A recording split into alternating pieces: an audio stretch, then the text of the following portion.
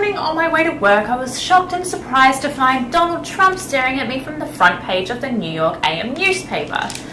Surprisingly, Donald Trump is leading the GOP polls. He's the most popular candidate with 24% of registered GOP voters saying that they want him to be the next president. Now, that's a huge margin between him and the next most popular candidate at 13%. So how is someone who has no political philosophy and no political experience so popular? Donald Trump, he's an absolute mystery. He goes around telling people, when do we beat Mexico at the border? They're laughing at us. They're bringing drugs. They're bringing crime. They're rapists. Mr. Trump! Yes! Are you Batman? I am Batman.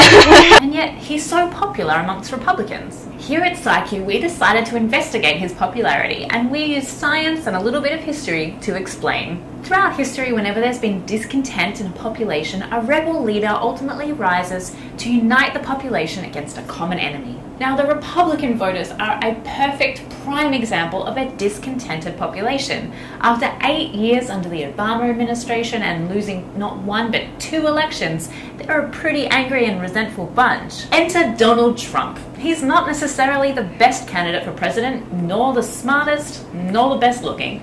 But he is a rebel. His arbitrary, arcane and offensive comments, rather than alienating his voters, are uniting them in a big fuck you to the Obama administration. Donald Trump is unique in that he hasn't united Republicans in favor of something, but against something. Trump is renowned for being angry about all sorts of issues like immigration. He hates strong women, he doesn't like public spending, and he just generally hates Barack Obama. And so Republicans who agree with his point of view are flocking to him in droves. A lot of voters are turning to Trump instead of other candidates because they believe all the other Republican leaders haven't taken an aggressive enough stance against the enemy. And so whatever Donald Trump says, no matter how stupid or how aggressive, it will just urge those voters on and make Donald Trump even more popular. Commonly seen amongst the human teenager. A 13-year-old resenting the rule of their parents and trying to become independent will listen to bands like Nine Inch Nails and Slayer, not necessarily the best music, but they embody rebellion, and so the teenager loves them all the more. A study of post-war insurrections points out that rebel leaders are common throughout history. Everyone from Hitler to Spartacus to George Washington was a leader that united a public against an enemy. Sometimes rebel leaders, having captured the loyalty and attention of an angry public, can go on to do amazing things with that support, as is the case with George Washington.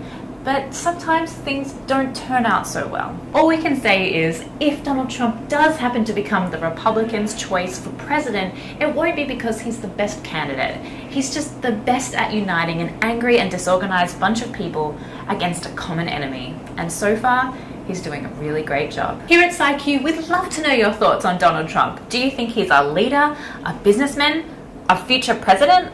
Let us know your thoughts on Donald Trump and why you think he's so popular in the comments below, and we may feature them in a future video.